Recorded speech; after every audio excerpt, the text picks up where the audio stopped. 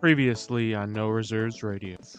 Oh my God, Angelo! Come on, have some self-respect. The Eagles can't hurt you if you don't constantly pander to them. Here's the biggest indictment of Dame that I can say.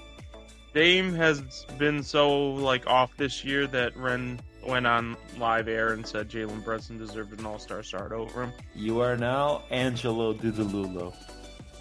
Do you think it is possible that the management of the Memphis Grizzlies are just buying into the reckless youth movement and they got rid of the one person in the locker room that probably was telling Ja to knock it off? Because he's taken advantage of me multiple times when I was younger. That sounded bad. Holy shit. Yeah, I think that's true. I think you're correct in that assessment.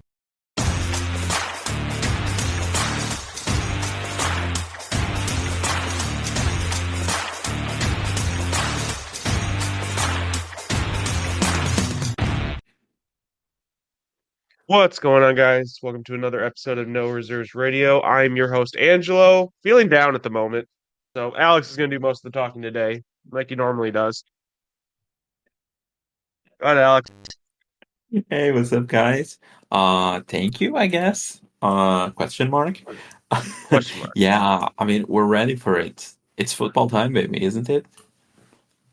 It is. Game It is going to basically If I'm not start. mistaken, what the day that this releases is going to release tomorrow. That's going to be the start of the season, if I'm not mistaken, Chiefs Ravens. It is the start of the season, and I believe it will be, what, like 12 hours before the start of the game when you guys are listening to this? So, Yeah, 12 something hours. like that. Yeah. I mean, it's going to be exciting. We're back. Only one show this week because technically the season hasn't started yet.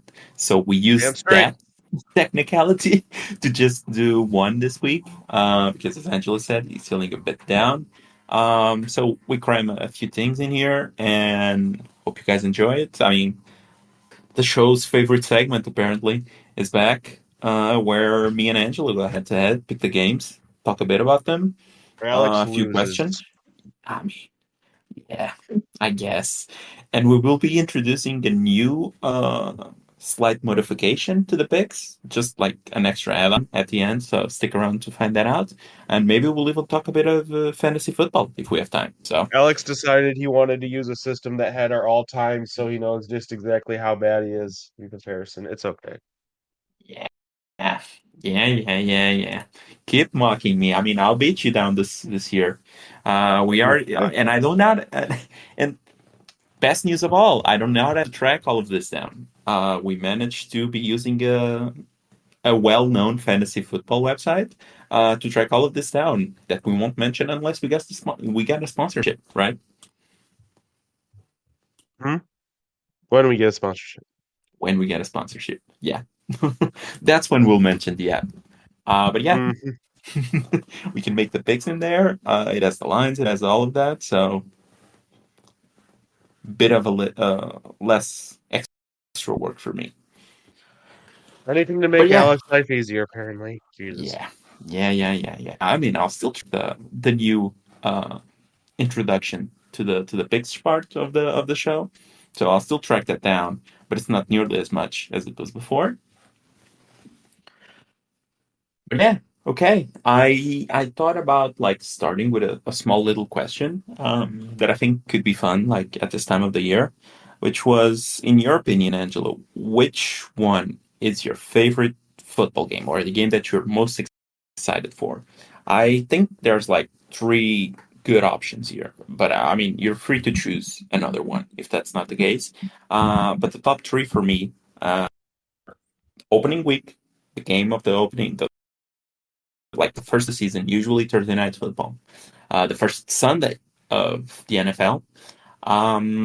So all of the games you have like what 8 games to watch all at once during the afternoon. Then you have a slate of another 4 games. Then the Sunday night football, and then the last one is the Super Bowl. So which one is your favorite? Okay. I would say week, but I guess it's not really week. It's Okay. like Okay. I got four games in mind, and I will end it with the answer. Okay.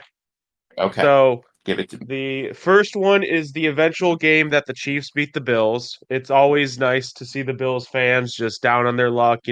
They always before the game, oh, we're gonna get them this time. We got this time, and it never works out for them. So fuck the Bills fans. The Chiefs always So win that that's week game. 11. So usually it happens in the playoffs too. The second game is the Miami Dolphins losing in the playoffs on the road. I'm even been victimized by this. I think, okay, maybe they got a chance. They can do it. They're never going to do it. Miami does not travel well. They have probably the worst traveling players that I've ever seen on a roster. Um, the third game, and this has been postponed last season, but it's the game the Bengals beat the Chiefs. It does always seem to happen every year Joe Burrow plays, and it's kind of nice for the Chiefs to get like that reality check that they might lose, and it just still doesn't happen in the end. They usually make it to the Super Bowl, and obviously Week two, the real that can answer happen. is the Super Bowl is the best week of football. Is it though? It is. It's the only Nah, time I'm excited to watch someone other than the Bengals play. I gotta say, man, as someone that has been watching football not longer than you, Jesus Christ, almost fell down. Not as long as you. But for a while, I always think that my favorite part of the season is the opening Sunday. I think that's like all of the hype for like since February to September. You've been just salivating for a game. You get the preseason games, but those are really cheap. Let's be honest, like no one watches those for the good part. And then it's like all of the buildup, all of the excitement, all of that, and it just completely So, comes down on you on with all due opening respect, Sunday. that buildup is mostly on jackasses like me and you who talk about this shit in the off season. And obviously, there's other podcasts and other shows that do this. They're the buildup.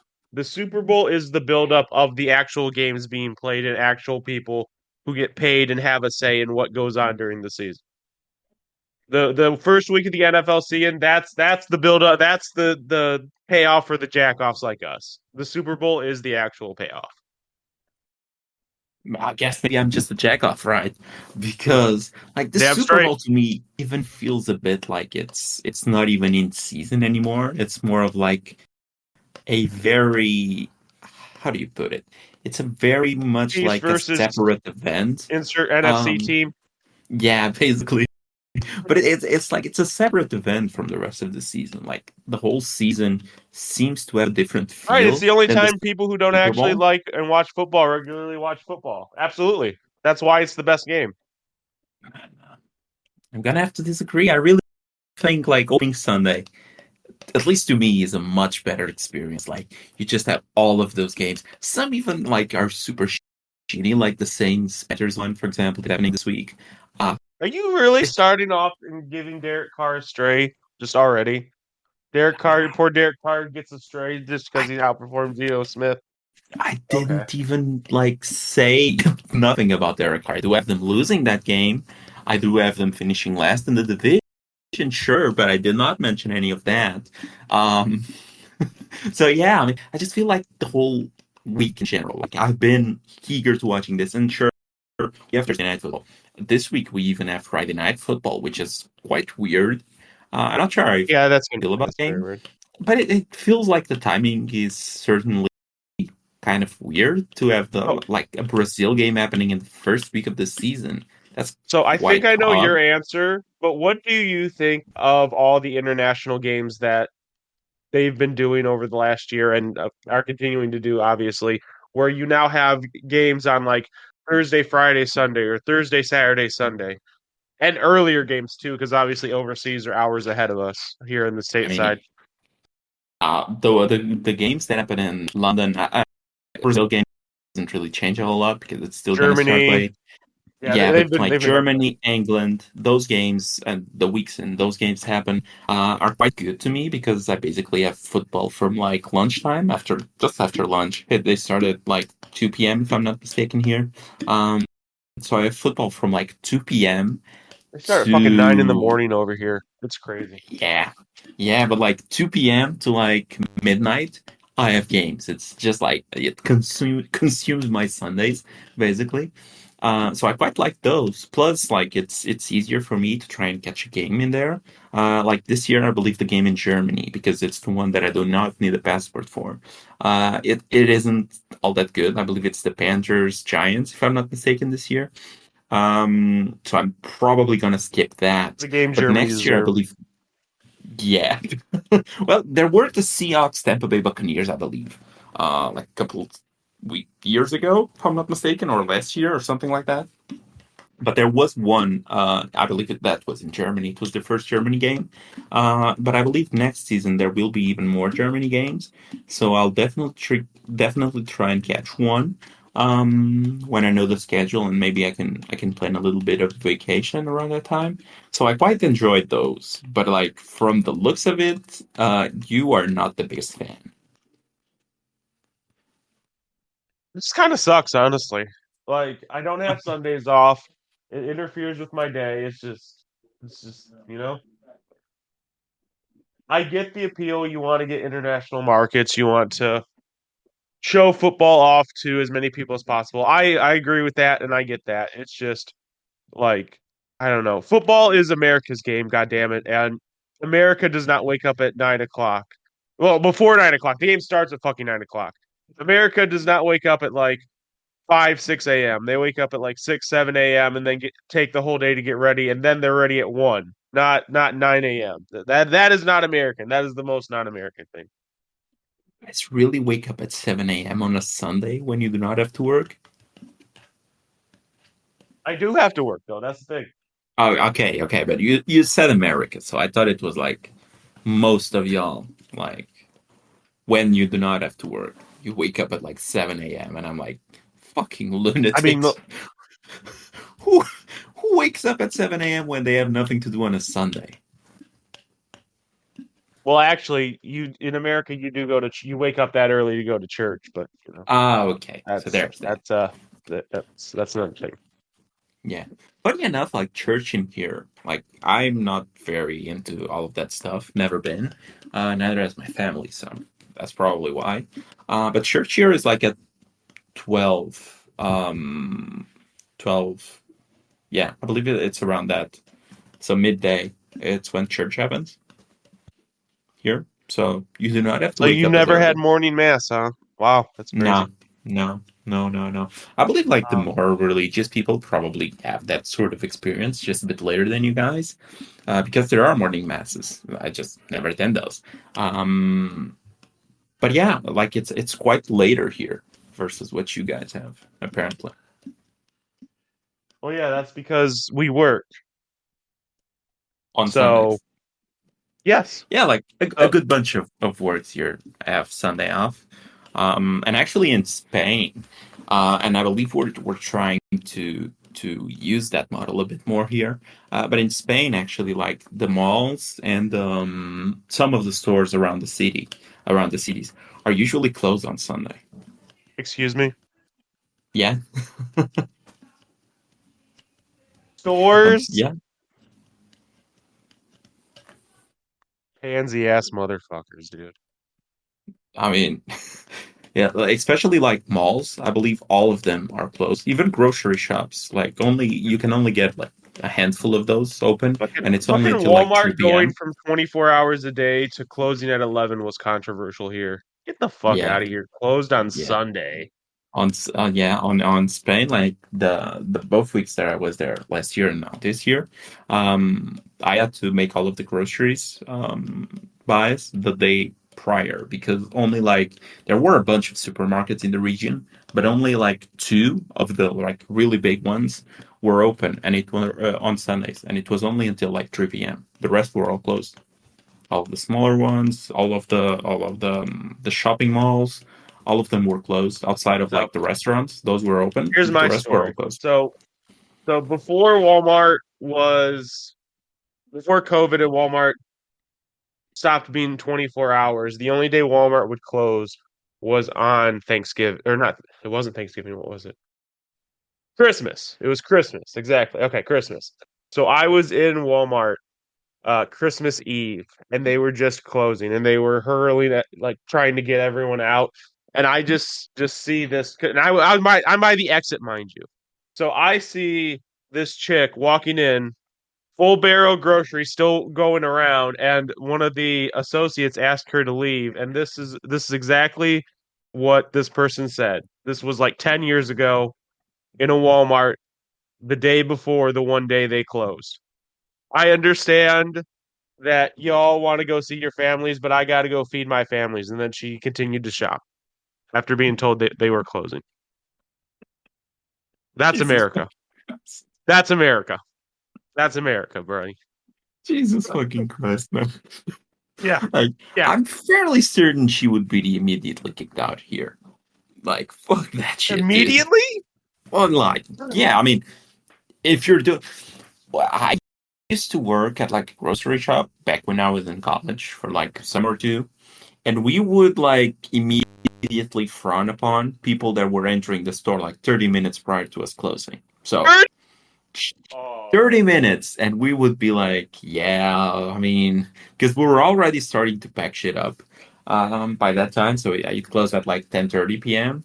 on weekdays, and when people were coming in at like 10, everyone on the registers would immediately start to roll their eyes, especially when they would pull up with those big carts full of like grocery shops for a month.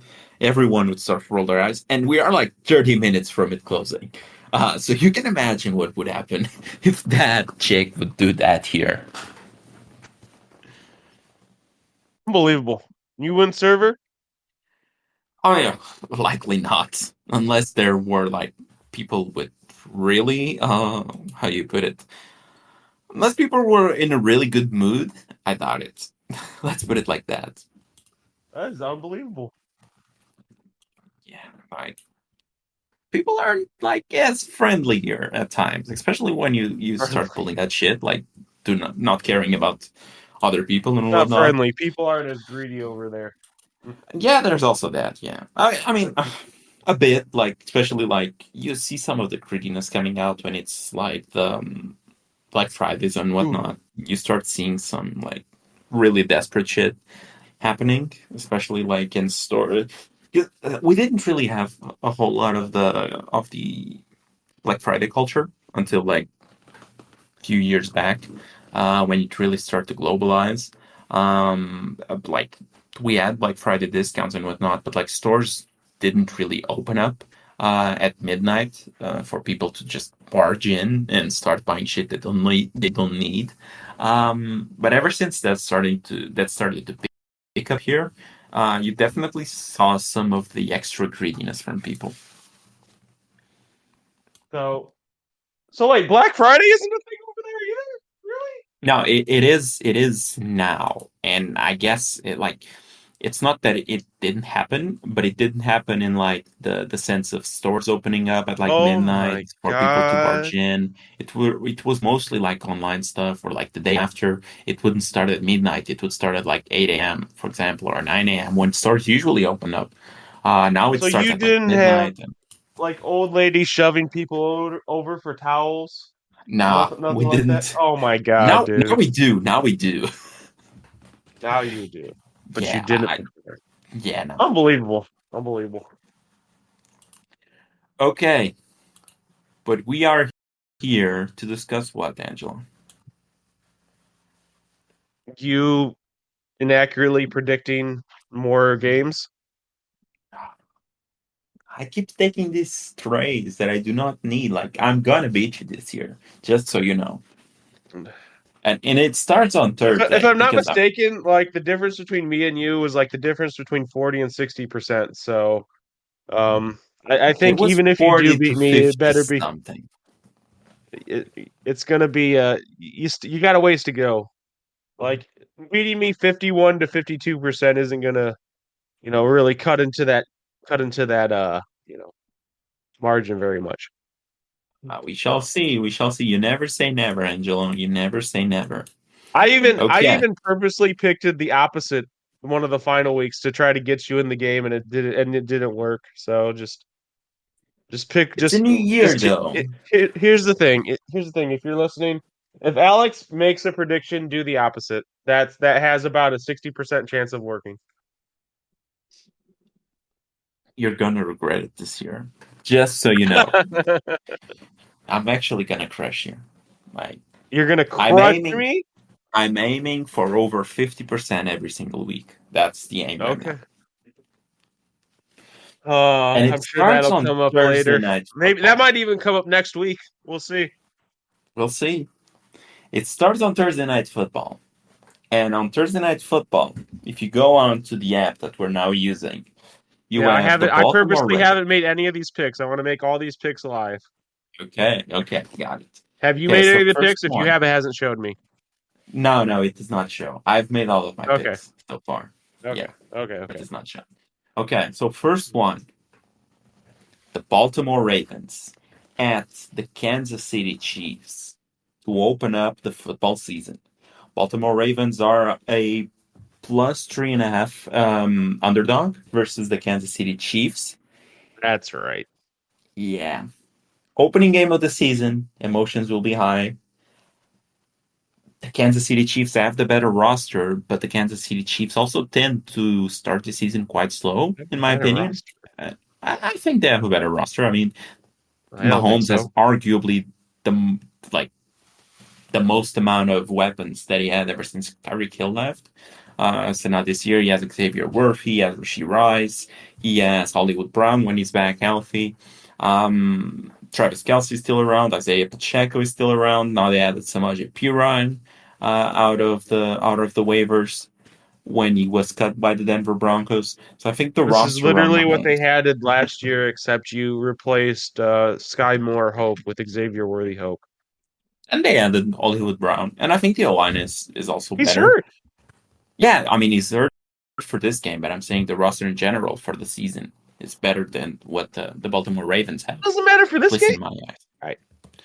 I mean, I'm not saying for the game. I'm saying in general they have a better roster. I'm not saying for this week. I'm just Okay. saying, even with all of that, I sort of think that they start the season quite slow at times.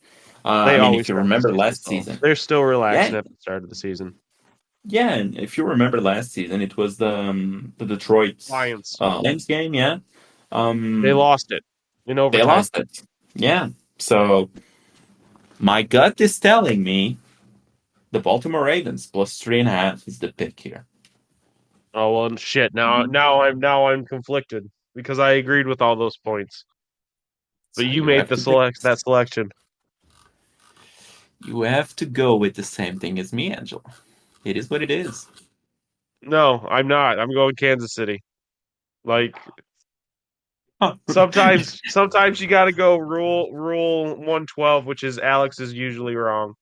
So Angelo, you're starting the season off on the wrong foot. Like you you went with said that. that last year. No, but last year you sort of started off like picking with whatever your gut was telling you. And then when you realized that I was on a bad stretch, you started going against me. Now you do not know if I'm on a good or bad stretch. Maybe I'm just eating off right now, and you're going against Uh, me on every single pick. I'm, That's I'm not. bold, I man. didn't say every single pick, but like, yeah, I had the same sentiment that you had, but at the same time, like, yeah, I mean, if you're yeah. going against me on this one, I'm not sure if you agree with every single Well, but point that I here's the made. thing. Here's the So thing. if you're Here's the going thing. What am I against me, banking on? I'm banking on Patrick Mahomes. That's not a bad thing to bank on. That's it is not it's for sure. It's it's not. It not is like not we a have bad like thing. a what's a big spread. It's not like we have a Cincinnati New Yeah, England Cincinnati. situation where the spread's like 10 points and I was like, I was gonna go one way, but now no, this is still Kansas City. Like it's still a bet on Patrick Mahomes. I'll take a bet on Patrick Mahomes. Okay, so we're going head to head on the first one. Great. Yep. Am I doing the second one? Okay, Are these all better be in you the are same doing the goddamn second one. order? We better not have the same issue that we had No, last year. they are in the same order. Okay. Because I'm gonna say that was the annoying thing on last year because apparently because we were in two different zones, it prioritized certain 1 o'clock games over others in our region. Yeah, it So just messed up so if everything. this is all the same, So that yeah, is I will say that is very nice. That is very very nice. Oh, it there we go. should be. This one it will be because it is the Friday night football game. But we'll see on the other ones. But I'm fairly certain it's in the So same order for every single person. so this next one, I'm not gonna lie. I don't know why the spread is the spread. The Eagles One look is a shit team. The other is a good the team. stop this. The Eagles looked atrocious at the end, and then they lost Jason Kelsey, which was their best offensive lineman at the granted, they still have a good offensive line. But the Green Bay Packers last year proved one thing is that when they get hot, they literally can't be beaten. You're you're telling me you want to give the Eagles 3.5 points. Now, granted, they're the home team, and I get it. But a hot Green Bay team is gonna like could stomp all over this team. I don't buy the hype of Saquon Barkley joining there. I don't think this offense is gonna be like the likes of which we haven't seen since Randy Moss and Tom Brady paired. They're gonna have the number one rushing attack. Like let's not get that twisted. But I don't think this is second coming of mid 2010s New England Patriots. So I'm going Green Bay. Green Bay is going to get hot. Eagles aren't going to have an answer. The thing that most people don't talk about because with all the Eagles weapons is the Eagles defense is actually very very reliant on a lot of young talent, especially Cooper DeJean and Mitchell. So the secondary is. So with that said, Green Bay is one of those teams that you don't know who's getting the targets. Is it going to be a Reed game? Is it going to be a Watson game? Is it going to be a Dobbs game? Is it going to be a Wicks game? And I think they're going to exploit that early. I think Green Bay is going to run all over this team. Well, pass all over this team. Green Bay. I mean, I think you hit the nail on the head.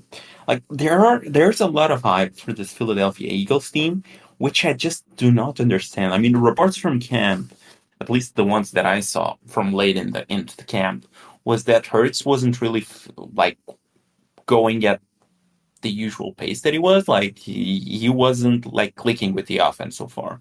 Right. It's Kellen Moore. They got a new OC. Kellen Moore, like people really liked Kellen Moore. Then last season he went to the Chargers. It all went tits up. So now he is with the Eagles. He's back in the NFC East.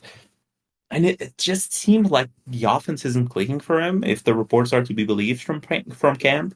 So I could see a slow start from the Philadelphia Eagles. Like their schedule is still going to be tough, as you mentioned. Like the defense last year was an issue at the end of the season, and again, I do not think they have improved that significantly. I mean, the linebacker core is still very much so a big issue. Devin White is not going to be at the game versus the Packers. He missed the game. I do not think Devin White is a good player, and apparently he had been beaten by Nakobe Dean for the starting linebacker job. So he's gonna miss the game. That's another piece that they do not have. I do not like Nakobe Dean playing linebacker for them. I think he was subpar last season. A report from camps were that he wasn't like improving all that much. I believe the guy next to him was Zach Bond, which was like a former New Orleans Saints player, if I'm not mistaken, like career journeyman, and he's apparently like the best linebackers that the Eagles have. So it's quite mind-boggling to me that a team with so many question marks like they have, like Saquon, sure, but like the track record for running backs who are older and change teams is usually not the best. Like they do tend to drop off in their efficiency after making that switch. So that's another concern for guys, for example, like Joe Mixon as well, who changed teams from the Bengals to the Houston Texans.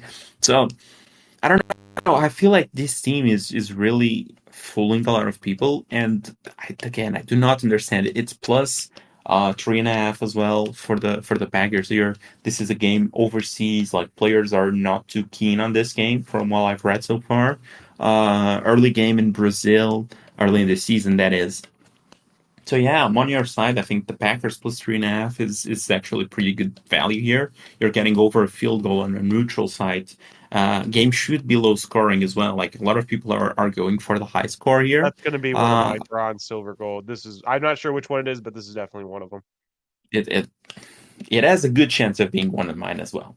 But we'll see until like we end the picks. But it has a good chance. I think there's one that has a better chance than this one. But we'll get there. So yeah, give me the 3.5. I think the line has even dropped. Like we still have 3.5 here in the hub, but I'm checking on DraftKings here, and they only have 2.5. So I think we're getting good value here. So yeah, give me the 3.5 as well. And now Sunday football starts, and we have the first game here, and let's see if it's the same for you. But it's the Pittsburgh Steelers at the Atlanta Falcons. Is that the one for you as well? Yep. Absolutely. Okay, so we're in the same page here. Um,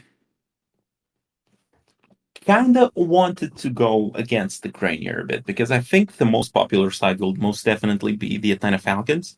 I mean, they seem to have all of the hype coming up of this offseason. They added Kirk Cousins at the QB. They got rid of Arthur Smith. Everyone is in the hype for them right now.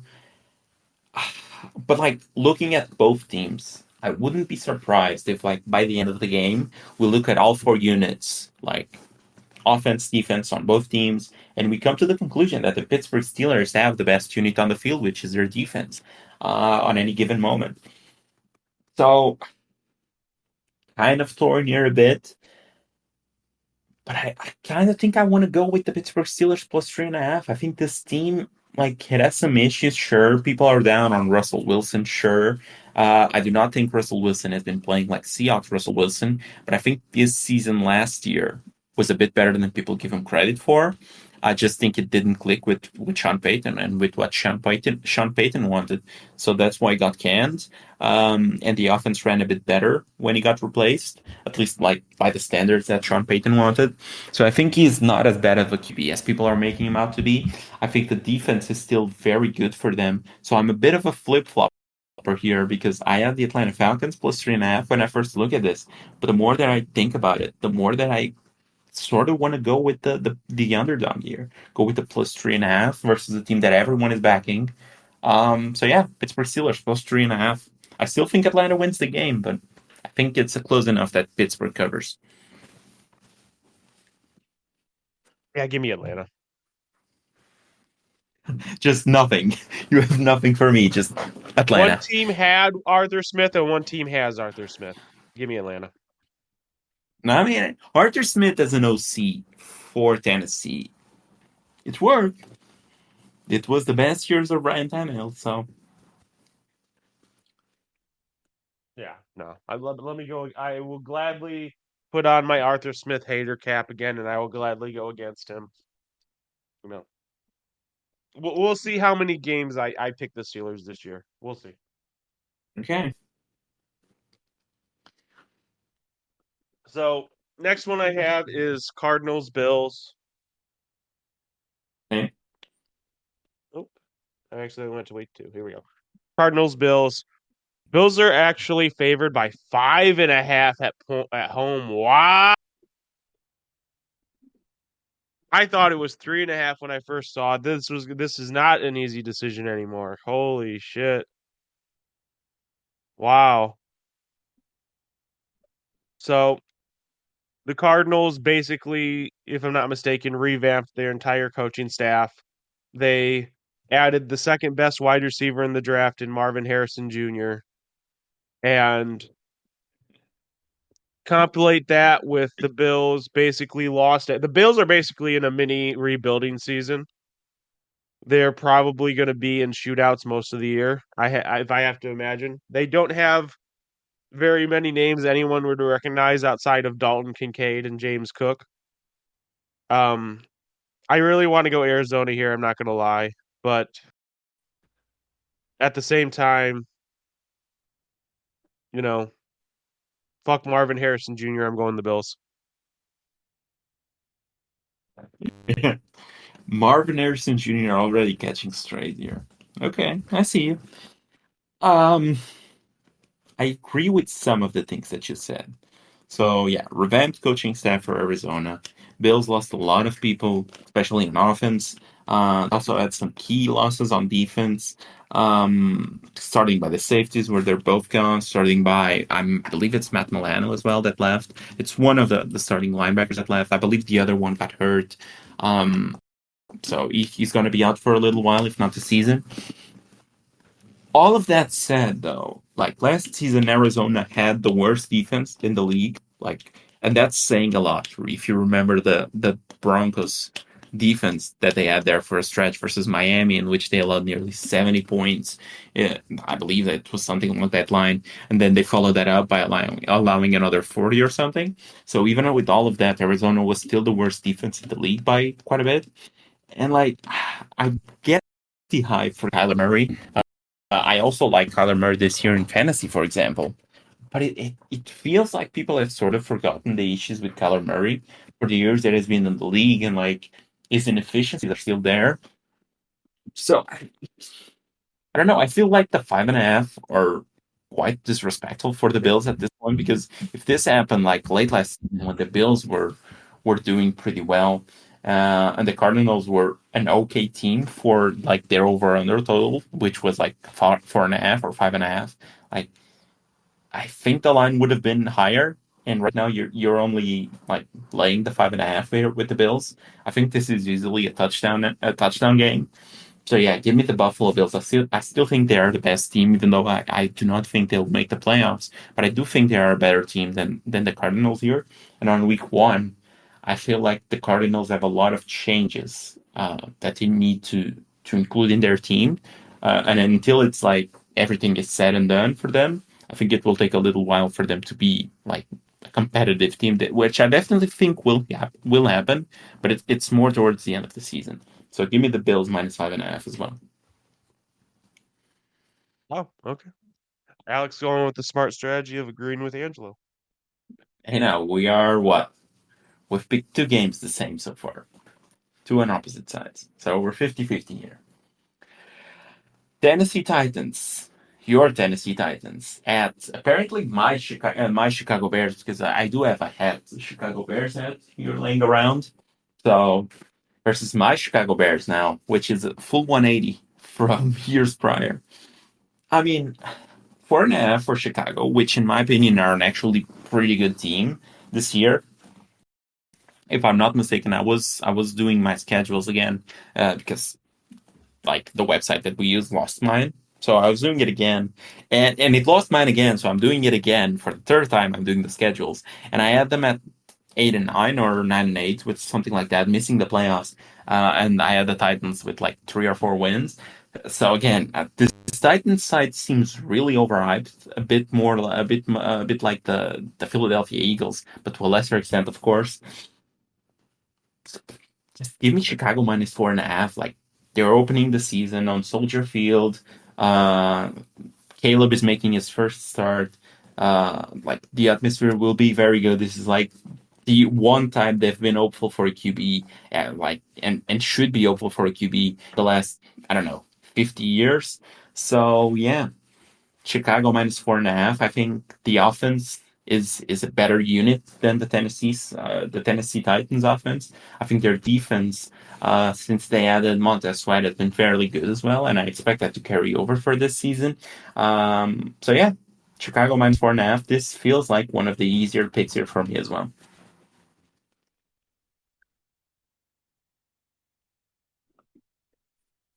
Give me the Titans. Still just going with your Titans. Yeah. Shitty ass Titans. Not Still only do I getting think they'll getting picked cover by the him. spread, I think they're going to win this game. Oh, it's an upset alert. It is. Okay. Okay, Caleb so Williams this is feels starting like a his gold first pick coming game. out. I don't think something people aren't talking about. I don't think that the wide receivers are clicking as well as people thought they, at least as well as they should have on paper. I think I don't think Caleb's going to be bad, but I don't think Caleb's going to come out the way that people expect him to for a full quarter, 4 quarters. So yeah, no, I think the Titans are going to win this. I think it's very possible Will Levis gets hot early and the Bears just can't overcome. But Will Levis has never got not unless he got like a pot of mayo in front of him. Come on now, be real for a bit here. Right. Like you're questioning the Bears wide receivers. Meanwhile, you are banking on a team that has DeAndre Hopkins, which according to reports, the team does not know what to expect out of the guy because he missed most of training camp. I believe he's still injured, so he's constantly banged up. He's like 50 years old at this point. And the other wide receiver that they added were Carvin Ridley, which according to reports around the league, I heard this on a podcast the other day of an NFL insider that was talking about this. There were people around the league that were against paying him because they do not know what to expect out of Calvin Ridley. They do not know if he can run as well as he used to before, if he can run the routes as well as he used to before, because they think there's a drop off in there, and I definitely see the drop off. Like he was fairly average at best for the Jacksonville Jaguars this past season. So now they turn around. The Titans give him a massive deal, so they are running with banged up DeAndre Hopkins, probably washed up Calvin Ridley. They have two running backs that like are better twos than they are ones. So they are running two running back twos out there. This team is a complete mess, man. We'll see. Okay. Oh, this next one is yours, and it's your team. So Oh man. Next is the Cincinnati Bengals at home against the New England Patriots. The Bengals are almost a 10-point favorite. Holy shit. 9.5 points. Okay, maybe I'm crazy, man. So one of the things that we talked about was the Vegas projections, and the Patriots are projected to be one of the worst offenses, if I'm not mistaken, maybe even the worst offense in the NFL. yes, I believe so. Maybe I'm crazy. I don't think it's going to be that bad. I don't think they're going to be a top offense, but I don't think it's going to be clear-cut worst offense in the NFL. Give me the Yeah, Patriots 9.5. God I damn it. think it's gonna be around that. God damn it.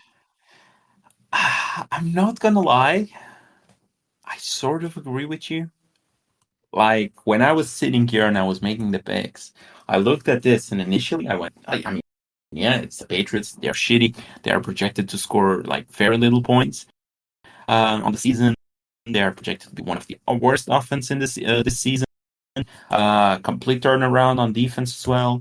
So why not just go with the Cincinnati Bengals? And then like I sat there and I'm like, I went back and I watched the last few years of the Cincinnati Bengals, and it's like last They year, always start week off one, slow. yeah, like versus the Cleveland Browns, you got slapped.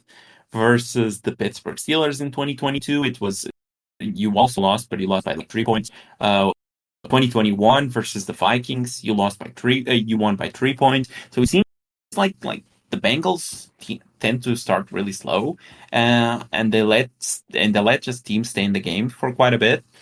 So yeah, like I think New England plus 9.5 in like week one, that seems very like a no-brainer pick here. I'm just going with the almost double-digit underdog to cover the spread. Now, I think if Cincinnati scores like 17, they probably cover this number.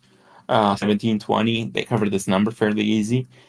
But I'm banking on there's still something left here of the Bill Belichick defense that was quite good for quite a while. There's still something left here in this New England's roster. So they're going with the vet, by the way. They're going with Jacoby Brissett now this year to start the season at least. So I think the vet is not going to commit a whole lot of turnovers. They're going to play it safe. They're going to be a run first team, much like we saw with Bill Belichick for quite a while. The defense is going to be stout, and I'm just I think the 9.5 is way too many points. So yeah, give me the New England Patriots plus 9.5. Okay, now this one is a good one, isn't it? It's the debut of one Anthony Richardson in the 2023 4 season. My bad, 2024-2025 season, and it's the Houston Texans at the Indianapolis Colts. So the second best team in the AFC South versus the best team in the AFC South. Um, the Colts are 2.5 point underdogs.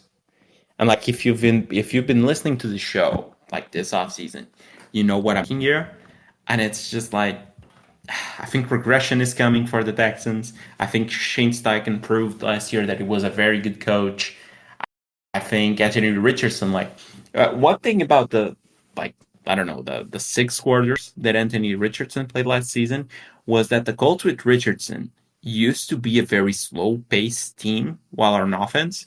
So I think this is going to happen. I think the defense is going to play very well to their means, I guess, because they're not a great defense, but I think they'll be stout and they will make the stops when necessary. They'll be a very bend on break defense.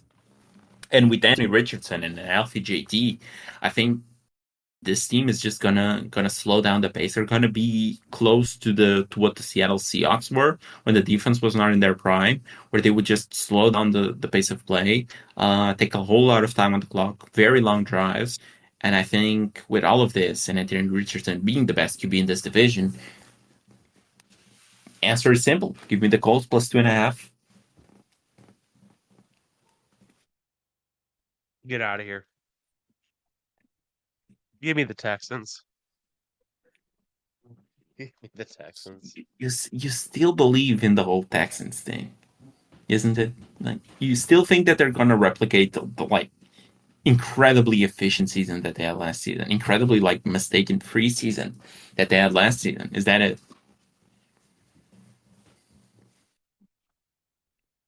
So I don't think they have to. I think they've added more weapons. They've done more signings. They've done more draft picks. I think the Texans are an improved roster, and they'll be able to maintain with those improvements. I don't think like you're like, oh, you think CJ Stroud's gonna play like prime Tom Brady? He doesn't have to anymore.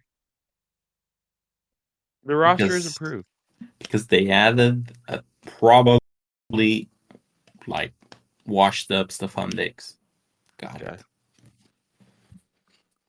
I mean, it makes sense. Yeah, they had a slightly washed up Stephon Diggs, a likely washed up Joe Mixon, and yeah, they're just completely improved team. Yeah, and it makes sense. Like in my mind, it makes sense, Angel. When you put it like that, it makes sense for sure. Guy. I think you're gonna take a beating this week, Angelo. It's just the way that he I'm is. gonna take a beating this week. Yeah, Oh I man. that's just like an idea that I have in my mind. I think that you're gonna take a beating. Okay, you're next. Okay. Next up, the Jacksonville Jaguars at Miami. Miami is favored 3.5 points. Miami obviously has like 7 track stars on their offense. I'm not gonna lie, when I was thinking about like fast Miami players, I forgot about Raheem Mostert and Jalen Waddle. I was like, oh, they got Tyreek Hill and they got Devon Achane and they just added Jalen Wright. And then I was like, wait, they still also have Raheem Mostert. Wait, they still also have Jalen. Like, and they're playing in Miami. No, just give me Miami. Don't overthink this. Don't. Jacksonville can't slow down Miami. Don't fool yourself into thinking they can. And Trevor Lawrence can't keep up with a Miami team that's running. So Miami, that should be an easy pick.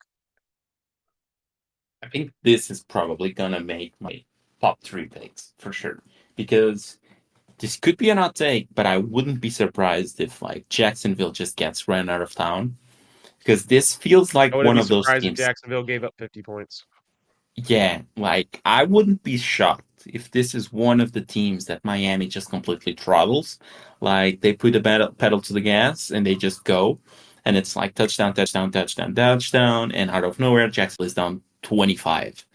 And they just completely lost control of the game. Because again, I do not think Jacksonville is all that good to start. And then I think this is that sort of team that Miami can run out fairly quick. It's one of those teams that it isn't like terrible, but it's not good either. And those are the teams that Miami usually beats, especially early on. So yeah, I think the offense is going to be clicking. I think the defense is still going to be sluggish at this point in the season. It's week one, just coming out of the quote unquote bye because they had the preseason games, then a week with nothing. Now they're back to playing.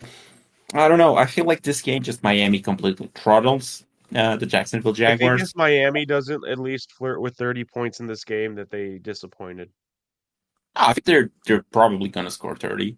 I wouldn't be Yeah, shocked if me too. That's what I'm saying. If they don't at least flirt with it yeah. this game, that was a bad outing for Miami, just flat Yeah. out. I wouldn't be Like, surprised at like I don't know, 35-17 sort of game. yeah, exactly. It just dismantled the Jets. So yeah, this is one of the easier picks for me here. I mean, just as much as the next one, and you're gonna call me a hater, but it's Carolina Panthers and the New Orleans Saints. The Panthers are 4.5 point underdogs versus the Saints, and like it's probably the worst game of the week. To be fair, I believe it has the worst commentators as well. It has like the I don't know the Z team. It's not even the C team. It's the Z team at this point. So yeah, just give me Carolina plus 4.5. I don't think these teams are like worlds apart. I think Carolina actually is probably going to be one of the bets that I quite flirt with is like Carolina to win the division. Pure, and I know it sounds completely asinine, but like in a division that is so meshed up as this one is, I just feel like if you don't take for granted that Atlanta is going to be good, and I know the perception that everyone has on Atlanta is that they're going to be great. They are this super great team that is going to beat every single one of those teams in the division. And we talked about Atlanta being one of those teams that seems fishy, and it again, I brought the similarities that they could have to those Jacksonville Jaguars rosters prior to Saxonville, where teams were on them for 1 year, they were terrible. They were on them for the second year, they were terrible. Third year, everyone was off of them, and they just did great. And I think this is the second year of that part, which I don't think they'll be terrible, but I'm not so sure if they're gonna be as good as people think. And if you start with that assumption that Atlanta is not going to win the division, let's say that, then you have three teams all fairly weak, and like you look at Tampa Bay, they lost their OC. That should be the guy that did a whole lot of magic with that roster. They lost key pieces on defense as well. You look at the Saints, it's just a terrible team all around, starting from the coach that is the worst in the division, going to like the whole offense, which is quite putrid as well. And then you look at Carolina, and they are like plus 1,000 to win the division. And it's just like, so they have Bryce, was this guy that was super hyped up out of college. They added David Canales, like whose resume speaks for himself. I mean, he resuscitated Geno Smith's career, resuscitated Baker Mayfield's career. Now he's going to Carolina, and it feels like they're adding a whole lot of pieces. They fortified the middle of the offensive line. They added Deontay Johnson as well. They added more wide receivers through the draft in Xavier Leggett. Um, so it feels like they're adding a whole lot of pieces. The defense took a step back for sure, and it's like they lost Brian Burns and whatnot. That's all a given, I know. But in a scenario in which Atlanta doesn't win the division, I wouldn't be shocked if Carolina did. I actually have them finishing second in the division. I think they're a better team than people are giving them credit for. I heard a lot of rumbles of Carolina to win the division last season and whatnot. People who were really hyped up about them. Then they laid this huge dud. And I think they are not a bad team this year. I think they're an average team, sure, but I wouldn't be shocked if this division was average. So all of this to say, give me Carolina plus 4.5. And if you like taking futures, like for very low amount of money, I mean, Carolina to win the division is one that I would put like $5 on, at least. Because I think there's something there. I don't think this team is terrible. I think this team is average. And if Atlanta doesn't blow everyone away like people are thinking they will, I think Carolina has a shot. At least as good as its shot as any other team in this division. And the odds here do not reflect that. So that's at least my 2 cents. But the pick here is Carolina plus 4.5 for me. Like both teams are not all that good. But I just want a team that is getting points, like 4.5. I do not think New Orleans right now is a team that I can trust to cover those numbers that are over like 3 points, basically.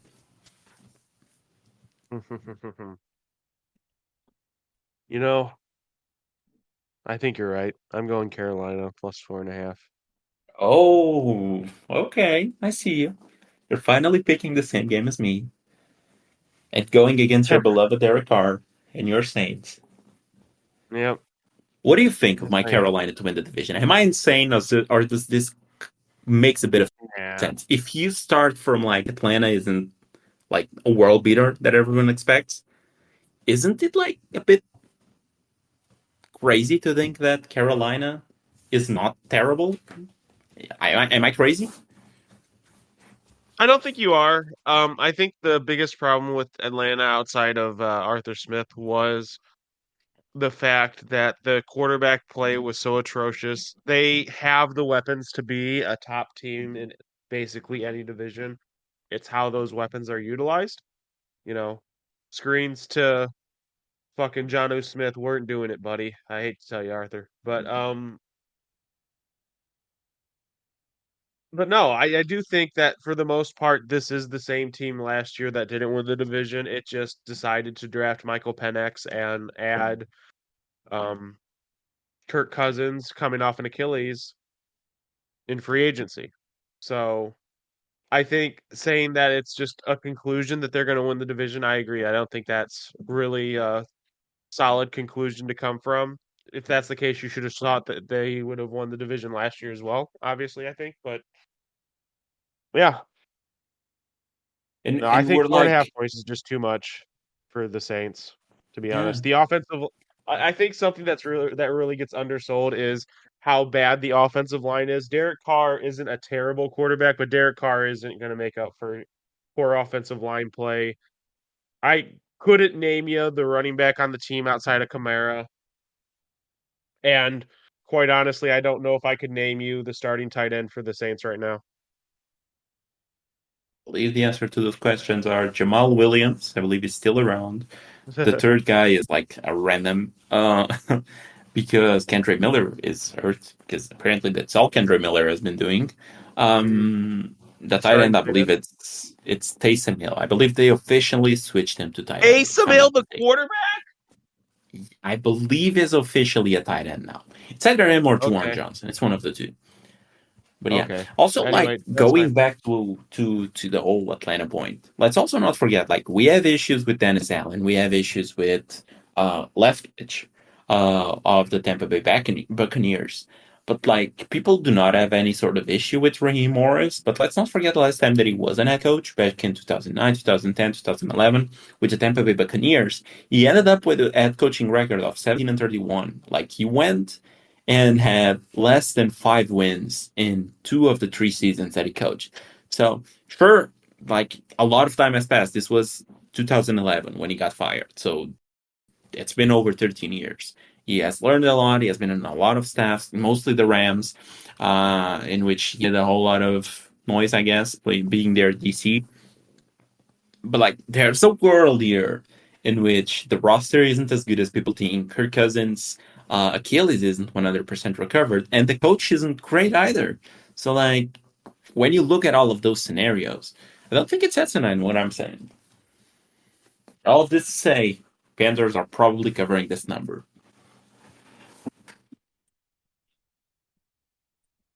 I mean, yeah, I agree with that. All right, next. This is actually probably the worst game of the week. It is not Panthers Saints, buddy. Minnesota Vikings at New York Giants. Oh boy. The Giants are favored 1.5. Um, the Giants have Malik Neighbors. The Vikings have Justin Jefferson, and that's about what you can say for both teams. Um,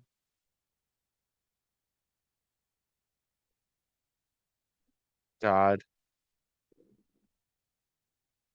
give me the.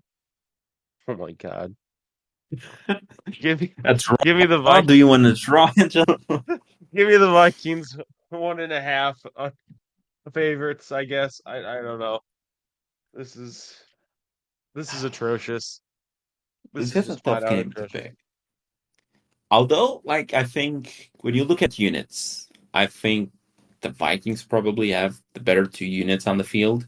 I think they have a better offense with Sam Darnold, with Justin Jefferson, with Addison, with Aaron Jones on the field as well. I think they have a better offense. And they probably have a better defense as well. Like Brian Flores coaching up that defense. I know that the end of the season wasn't great, but he did a good job overall with the Vikings. And I believe the reports that I read out of Giants camp was that their cornerbacks and their secondary in general, although not terrible, they are like a tier down. So basically, what this means is, like the cornerback one should be a cornerback two.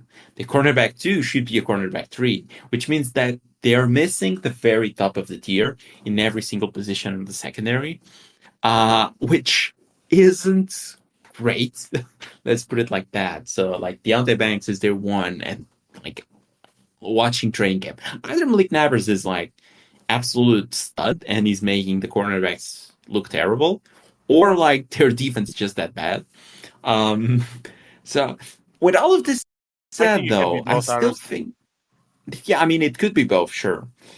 But with all of this said, though, I still think the most important thing here is that I do not think the Vikings' offensive line is going to be great. And I think the Giants' pass rush is going to be the biggest difference here. They added Brian Burns this offseason. They still have Kayvon Thibodeau. I think their pass rush will be on Sam Darnold's ass for most of the game. And plus 1.5, they're playing at home. I think Danny Dimes is going to be a bit better than what we saw out of their QBs last season because Dimes got hurt last season. I think we're gonna see a bit of the Giants that we saw in 2022, I believe, in which they made the playoffs. We're gonna see a bit of those Giants here, and I like the Giants plus 1.5. So I'm going with that. Okay, Not the that's best fair. rationale. I do not like this game whatsoever. But I You called think Panthers Sam is Saints gonna worse make than this? one. Jesus. What? You called Panthers Saints worse than this? No, this is bad. Okay, maybe this is that. I think this is gonna be more entertaining because there are gonna be more points scored than the other one. I think the other one, division game, two teams that the offense should be iffy. I think it's going to be, and the defenses are not all that bad for the two teams. So I think that's going to be a lower scoring game. And I think this has the potential to be a higher scoring game.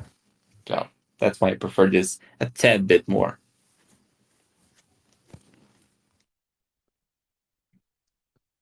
You're up So now next. we're off to the afternoon games. And the first one is the Las Vegas Raiders at the Los Angeles Chargers. And I believe this has the lowest over under on the week, which is 40 points flat.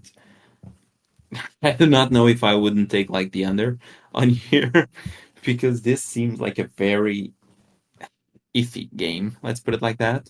Uh, So two teams that I think the defenses should be playing well. I think Harbaugh will coach this defense up. I think Antonio Pierce has showed that he can coach his defense up.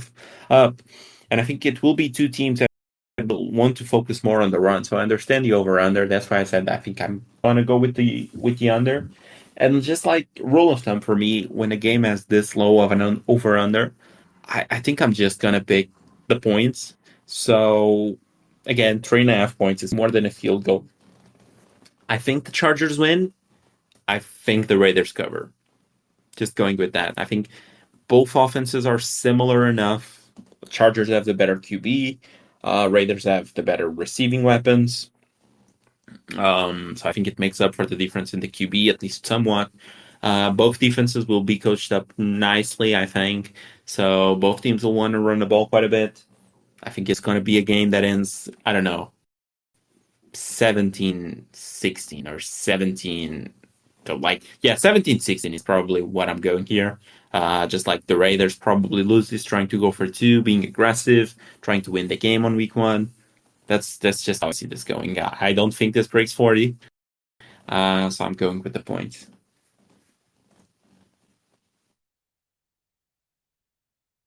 So I don't know if you remember last year, but last year one of the down spots was the Chargers. The Chargers broke me. Um, Yes. New head coach, new Chargers. I'm going to give them an opportunity to hurt me again. So I'm But going old with the Angelo. Chargers. New Chargers, new coach, but old Angelo.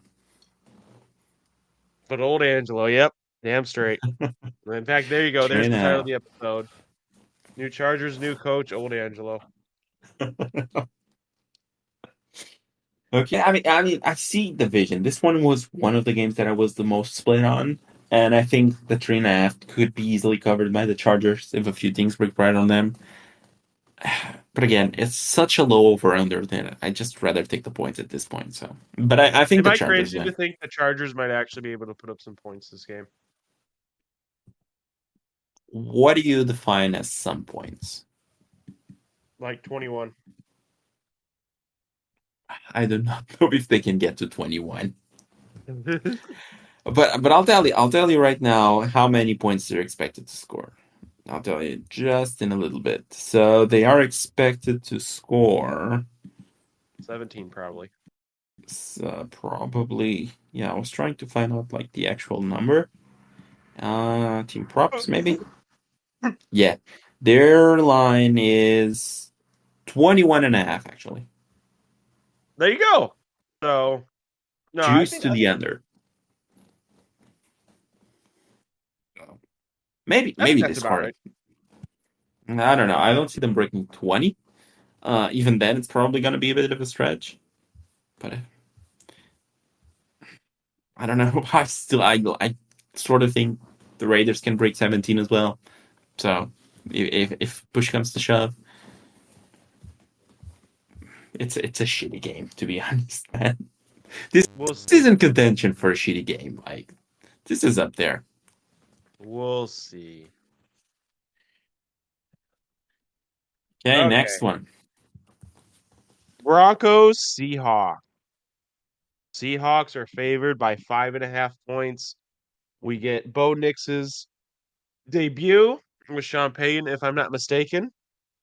Yes, You know what? New team quarterback, captain. new Broncos. I think the Seahawks are losing their division down bad. Give me the Broncos. 5.5 points. Another mistake by Angelo. I'm quite surprised by the amount of mistakes that he's making this week. I mean, We'll see. We'll you're see. We'll see. We'll see next week if there you're are mistakes or not. you're going into Seattle with a rookie QB Yep.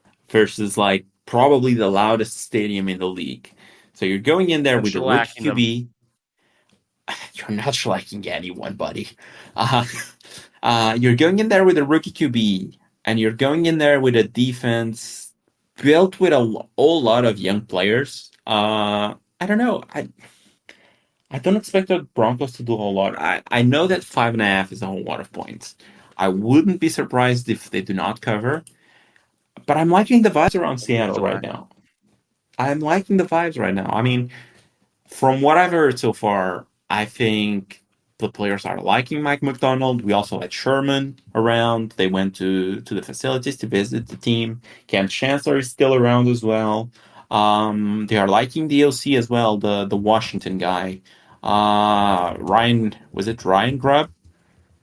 Is that the name of the former? Yeah, Ryan Grubb. And I think it's opening up the playbook a bit here. They want to use Kenneth Walker more, so I'm all down for that. It appears like the age of splitting carries with the Jag that is Charbonnet are finally over. They're gonna use him a whole lot. They're gonna use him lined up at the slot because you know what, Angelo? He's actually a good receiver and actually a good receiving threat in the game. Who knew? I don't know. Like, man, when he was first drafted. Like I think someone said that. I don't know who. But no, there were a lot of people that thought I don't know, maybe he is not all that good at receiving because like they didn't use him like that in Michigan. Michigan Michigan State. State. Sorry. I'm sorry. Michigan State. I corrected myself right away. They didn't use him like that at Michigan State. but yeah, apparently the coaching is planning to do that. I wouldn't be surprised if this is the year that Chastain outscores Tyler Lockett as well. I think this offense gonna run great. I think the micromanagement has stopped because that's what we heard around the time that Pete Carroll was coaching up the team and the let Russ Cook season. I think there was a lot of micromanagement there to bring down the offense, be a more conservative offense. I think Mike McDonald is sort of done with that. He's not doing any of that, and I think he's going to be coaching up the defense fairly well, like he did with Baltimore. I like this team. I think this team has a lot of reasons to be excited for. I think this team is going to do great, and I'm going to go with the -5.5. I think we cover home opener in Seattle, best stadium. We're covering it. 5.5. You're crazy. I'm crazy because I didn't pick the shitty ass Broncos. Yes, Got you it. are. Yes, you Okay, got are. it, Angela. Okay, this one is a game that I'm sort of flip flopping a whole lot. Like I've been on one side, I've been on the other one, but the Dallas Cowboys It's at like, the Cleveland what do you do Browns. when you have two teams that have a history of disappointment?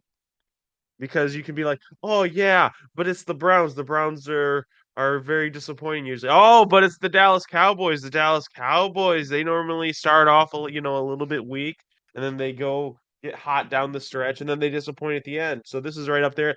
Both teams could absolutely, like, they're just going to be in a contest for who wants to win the game less.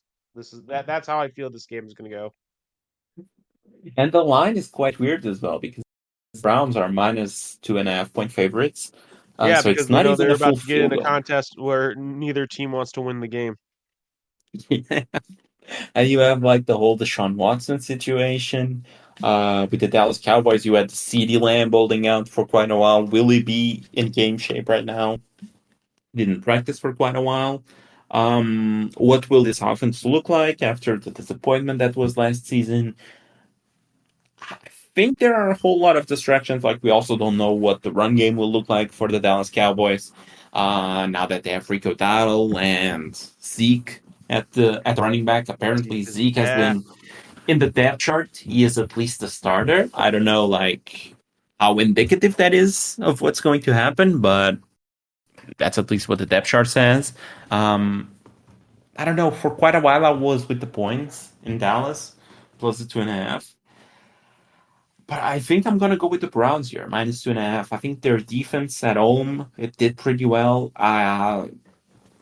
We're playing at home. The Browns defense. The issue was the traveling. The defense did not travel whatsoever. I know it's hard to predict defenses from one year to another. It's usually like it's something that doesn't carry all that well. But I think the defense is still solid. They didn't lose a whole lot of people off the top of my mind. So yeah, I think Cleveland -2.5. I don't expect Dallas to have that great of a season. I think it will show here.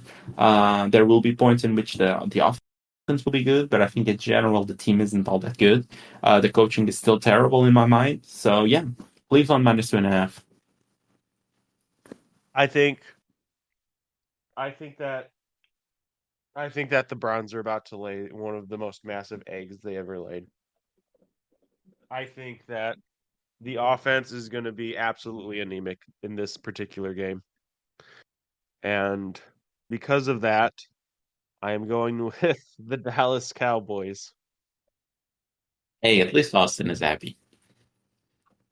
At least Austin is happy. All right, my turn. Washington Commanders, Tampa Bay Buccaneers. Tampa Bay Buccaneers favored by 3.5 points. So Washington is basically completely turned over. They have a new exciting quarterback in Jaden Daniels, new head coach, new everything. They basically traded away everyone from the old staff, like all the good defensive players like Chase Young, Montez, what they're gone now. So they basically started a team from scratch. I'm kind of concerned about that. At the same time, I'm just as concerned about Tampa Bay. I think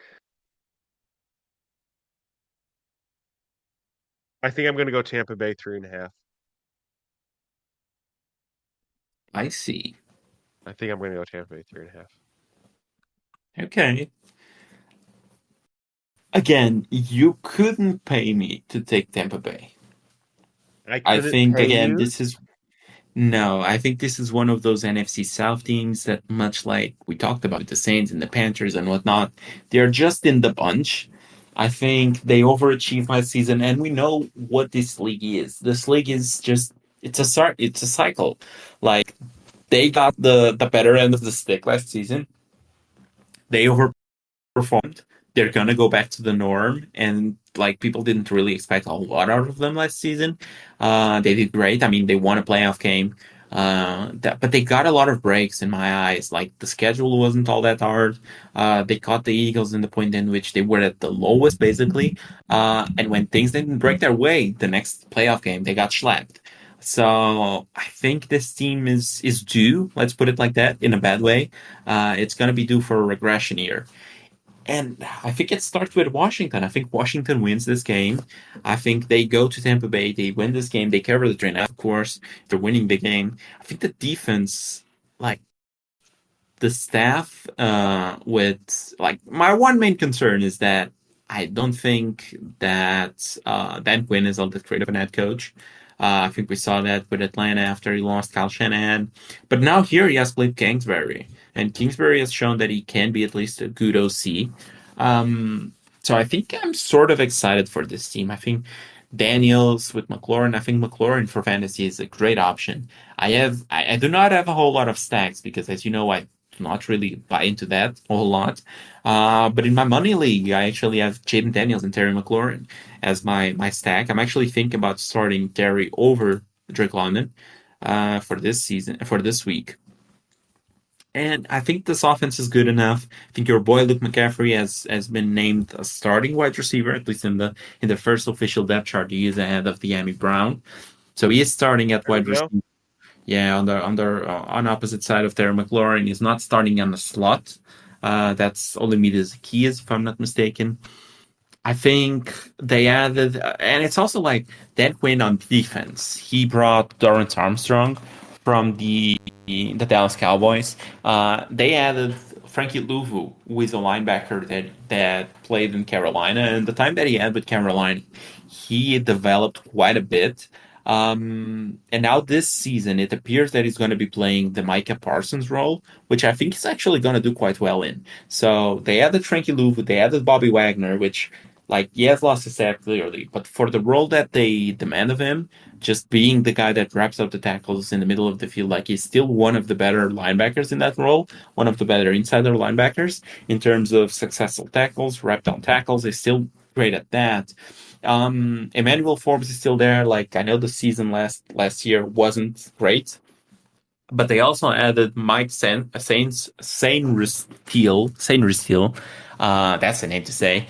From Michigan. If you remember, I believe it was in the championship game as well. They made an interception. I quite like them as a rookie, as a prospect. That is.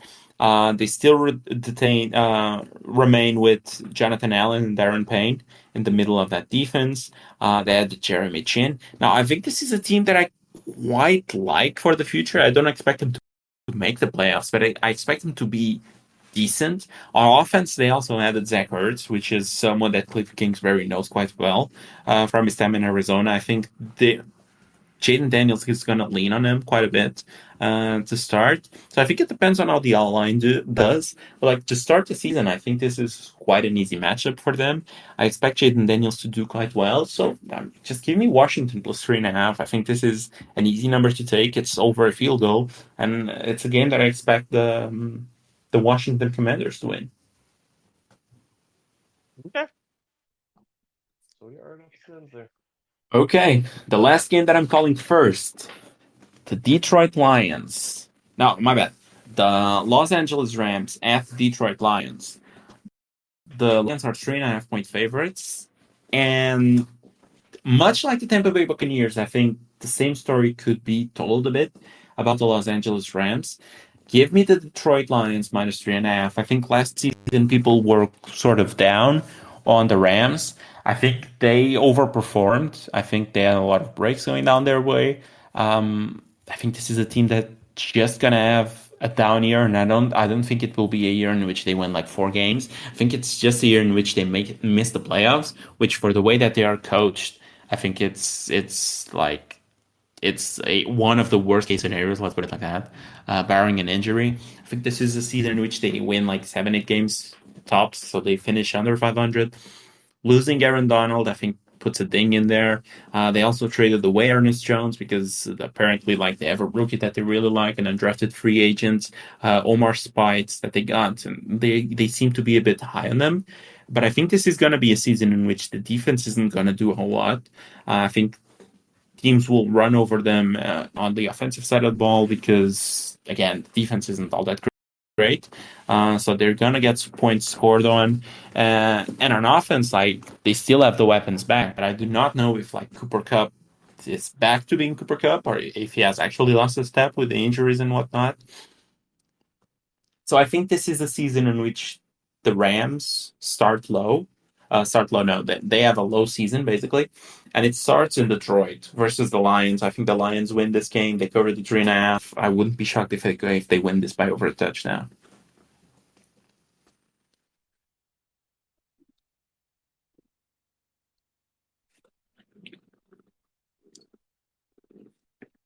I think the Rams are winning this outright. You're still on the Rams bandwagon. Yes. I don't see it, man.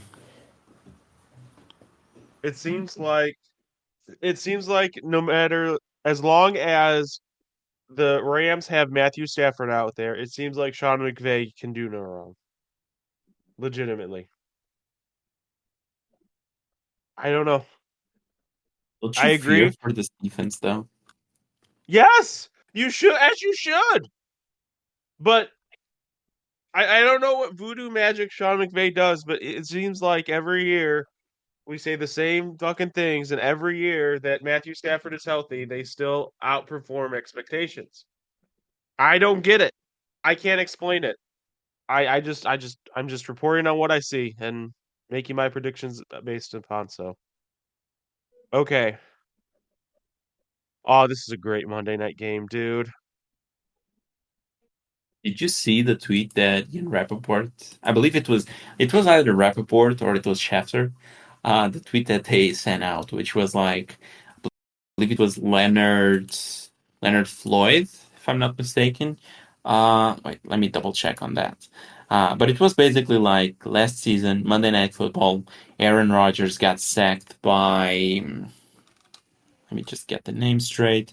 He was sacked by Leonard Floyd. Yeah, he was sacked by Leonard Floyd, but Leonard Floyd was a Buffalo Bill.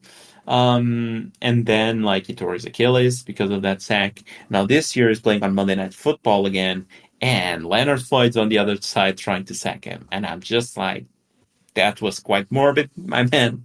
What was the need of that win? I just feel I like people guarantee sometimes. Leonard Floyd's going to be on the field for that first play too. I mean, yeah, but like, what's the need to tweeting that out? Like, that's Putting the bad sort juju of. out there. I like I it. know he doesn't like Rogers all that much, but I still, like it. it's So quite weird from a reporter. I'm not gonna lie. I do think part of me thinks the Jets hype is a bit overblown. Um, I am going to be bringing back the phrase the San Francisco 49ers are sacrificing teams, and I think that's going to start this week. Give me the 49ers to absolutely demolish the Jets.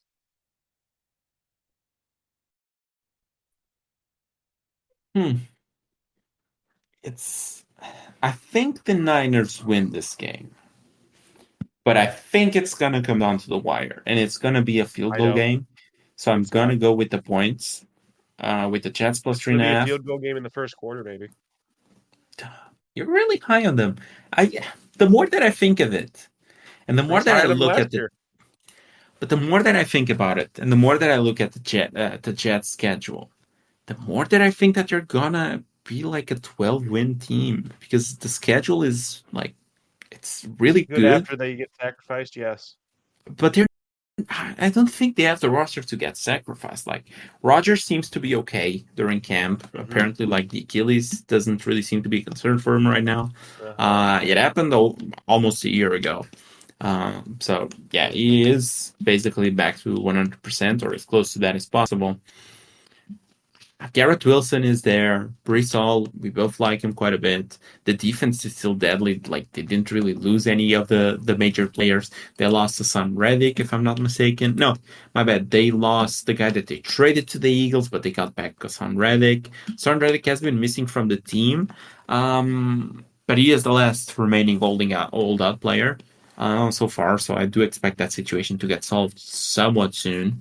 But they still have Jermaine Johnson, the third-year player that really took a leap last year, going into his second season. They still have Sauce. They still have DJ Reed, Michael Carter. Like the cornerback room is still intact. Michael Carter got an extension actually. Quinnen Williams is still there. I just think one of the very underrated hats to this roster that people are not talking about all that much, and I know that it won't last for the full season, but for the time that it lasts, is Mike Williams. I think Mike Williams is like the prototypical Aaron Rodgers receiver, which is just a guy that Rodgers can throw up there and he will catch it. If there's one thing that is very good at, is just getting the 50-50 balls, being a red zone target. And for the time that he's around, I think even for fantasy, he's a player that people are sleeping on because he has that rep that he always gets injured. And like, I'm not fooling anyone here. He probably will get injured. But for the games that he actually plays, he's usually like a very close to a wide receiver one. He's like a low end wide receiver one, high end wide receiver two. And with Rodgers and the skill set of Rodgers and how Rodgers likes to play QB, I think Mike Williams is probably a guy that gonna mesh very well with Rodgers. So yeah, I like 3.5 seem quite a bit of points. I think this game shouldn't be a 3.5 point game, if that makes sense. It's gonna be a Monday Night Football game. The Jets, I mean, the defense played great. I think the defense is still gonna do pretty well. And they weren't terrible, and they barely had any offense last season. So I think this is a team that's gonna do very well. Like the more that I look at the schedule, the more that I think like they have a legit shot at being the at being the best team in the AFC, at least record wise. So give me the 3.5 here for the Jets. Okay. So that's all the picks. Yeah. I think we should wrap up That's now. all. Like I said, I've been sick. We had more planned, but Just give me the top 3 picks, and we can get out of here. oh, okay, sounds good. All right, Give me the minerals. The top 3 picks. Hold on, let me go back in here. Do. Okay. The top So 3 bronze. picks are obviously the San Francisco That's like- Giants sacrificing a team. Give me the for bronze sure. first. Bronze Oh, the pick. bronze. Bronze. So the third best pick. Green Bay destroying Philly. So Green Bay plus 3.5.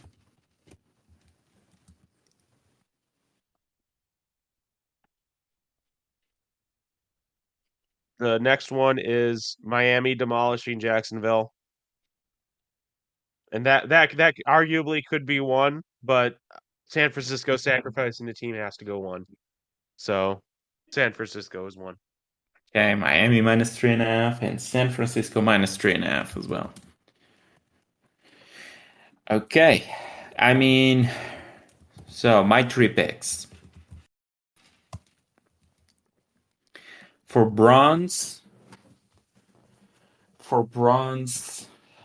between 2 here for bronze. I'm between Carolina and Washington for bronze. Those are some bold picks. Yeah. I mean, starting off the segment right, just I think I'm gonna go with Washington plus 3.5 here for my bronze pick. For my silver pick, I am gonna go with I think I'm gonna go. This is gonna be a risky pick. I'm actually gonna flip them. For bronze, I'm gonna go with New England plus 9.5. For silver, I'm going to go with Washington plus 3.5. And for gold, I'm going with Miami minus 3.5. I think this is the lock of the week for me. Okay, that's the show. We went through all of the games. We picked them all. No fantasy today, just the tiny bit of bits that you find there through the middle. You have hour and a half show to listen to, so I hope you enjoyed it if you listened this far. Next week we'll have two shows dropping. It's gonna be either like Tuesday and Wednesday, or it's gonna be like Wednesday and Thursday. It's gonna be a combination of those 3 days. So Tuesday, Wednesday, Yep. Thursday. Two of them will have shows, so stick around to find that out. The best way to know it's just turning on the auto downloads. It will automatically pop up if you're listening on the Apple Podcasts or the Spotify or wherever you listen to your podcasts. Just turn on the auto download. Leave us a 5-star review as well. Share it with your friends. If you've been keeping us hidden for whatever reason, because you like us so much, because you like our fantasy discussions all that much, or just because we're insane and you want to keep us to yourself, don't anymore. Just share it. Like, isn't that the saying? Like, sharing is caring. Just share with your Sharing is friends. caring. That's So true. yeah, just share it. Leave us a 5-star review. If you're listening on the YouTube, you know all the things that you've been doing for like, I don't know, 20 years right now, because that's how long YouTube has been around basically, or has been mainstream for, I guess. So yeah. If you enjoyed it, do all of that. If you don't, do as well, please. And as always, guys, talk to you next week. Have a good I'll see first you week of guys. football. Hopefully 100%. I had to come in here, I was probable, well, I was doubtful first, then I was probable, so I ended up making it, so hopefully I come in 100% next week. Don't you miss when there was the probable tag around? No, we just have the questionable one. Back then, we used to Yeah. have 3 types. I still remember that: the doubtful, the probable, and Doubtful. the questionable. Yep. Yeah, they got rid of that one. Bummer. But yeah, Angelo Doubtful is was gonna pretty be much out, probable 100%. was pretty much playing, and questionable was in the middle. Yeah, It's a it good was coin actually toss. a decision. Now it's more like Yep. questionable is probably gonna play. Yeah. All right. Well, that's all for us. See you guys. Love you.